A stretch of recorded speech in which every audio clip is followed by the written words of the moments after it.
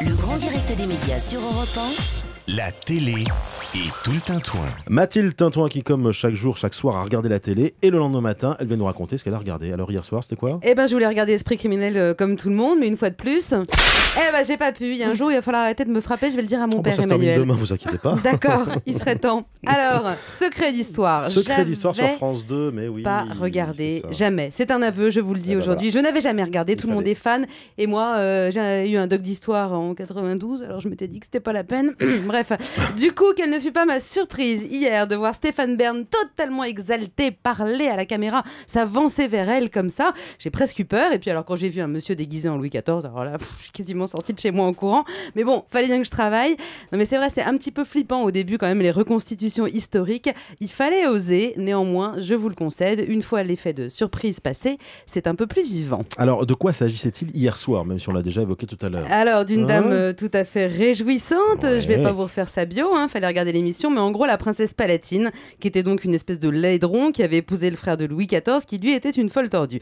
Je ne vais donc pas refaire c'est l'histoire. résumé, mais c'est un petit peu ça l'idée. Ouais, voilà, c'est ça, mais ouais. c'est ça. Alors, je vais donc pointer du doigt quelques moments truculents, êtes-vous d'accord? Oh, ben, je suis d'accord. Alors, comment le frère du roi, qui passe son temps avec des mignons, va-t-il faire pour fabriquer un enfant à sa femme, le gros dindon? Ah, j'ai regardé hier, je sais. Voilà, non mais écoutez, ça peut rendre service à certains. Le seul mot cul avait l'air de la mettre en joie, une joie C'est enfantine. pas donc le bon extrait. Mais ça fait rire Alors, tout c'est le c'est monde. dommage C'est alors, pas les amis. celui-là, c'est pas Voilà, celui-là. c'est ça le bon extrait. Comment faisait-il alors pour pouvoir... Alors, comment Dans il la faisait? nuit, il s'est muni de chapelets, il s'est promené des chapelets sur le sexe en invoquant la Sainte Vierge. Monsieur avait des difficultés d'érection et alors qu'il se servait de chapelets et de médailles qu'il tournait autour de son membre pour justement provoquer une érection.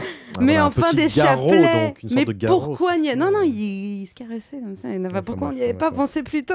Je sens qu'il va avoir de l'expérience ce soir dans les chaumières. C'est vrai, quoi, plutôt que de se polluer avec du Viagra. Vous voyez, lui, il lui a fait 3 enfants, mais ne me remerciez pas, c'est cadeau. Docteur Tintouin, consultation gratuite et blasphématoire, c'est parfait.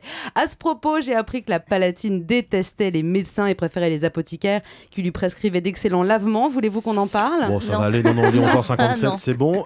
C'est pas encore tout à fait l'heure. Revenons Non. donc à cette teutonne, cette princesse Palatine. Voilà, d'accord. Alors, une fois les 3 rejetons fabriqués, vous pensez bien que Zaza Napoli, enfin, le Philippe d'Orléans, ouais. le mari, évite de faire tourner auprès de ses mignons qui l'entretenaient largement. Il avait même fait fondre le service en argent de sa femme pour pouvoir faire des cadeaux à ses amants. J'adore, c'est la classe. Du coup, la Palatine s'ennuie et écrit beaucoup des lettres à tout le monde. Et ce qui fait l'intérêt de ces lettres, c'est qu'elle appelle un chat qu'elle écrit comme elle parle et qu'elle dit des horreurs à tout bout de champ. Le seul mot cul avait l'air de la mettre en joie, une joie enfantine. Mais ça fait rire tout le monde, même de nos choux. Bah oui, Tiens, c'est je vrai. confirme, oui, effectivement. Ah, voyez. Merci Christine. c'est gentil. Oh, Elle cette est de mise bonne en scène, je composition. rêve. Ouais. En tout cas, j'ai appris grâce au secret d'histoire qu'au XVIIe siècle, on disait déjà merde, chier et con. Voilà, ça y est, c'est fait, je l'ai dit. Voilà, mais je merci. savais pas que c'était aussi vieux. On m'avait pas appris ça à la fac, moi, comme quoi les études. Non, mais je blague. C'était une émission vraiment passionnante avec certes des reconstitutions qui, moi, me font un petit peu poiler, je l'admets. Mais il y avait aussi des balades dans des lieux magiques, plein de spécialistes passionnants, des anecdotes formidables. Bref, c'était la dernière des secrets d'histoire. Et j'aurais mieux fait de m'y intéresser plus tôt. Voilà. Ah ben voilà, moi je C'est vous ma avais dit qu'il fallait punition. regarder tous les mercredis soirs de cet été. Mais oui, C'était je bien sais, cette émission. pas tout Mais ça reviendra l'été prochain, évidemment, toujours avec J'espère. Stéphane Bern. Merci Mathilde Tintouin. Vous regardez quelque chose ce soir. Masterchef. Masterchef, évidemment. Et Ça vous va de nous soi. débrieferez demain matin.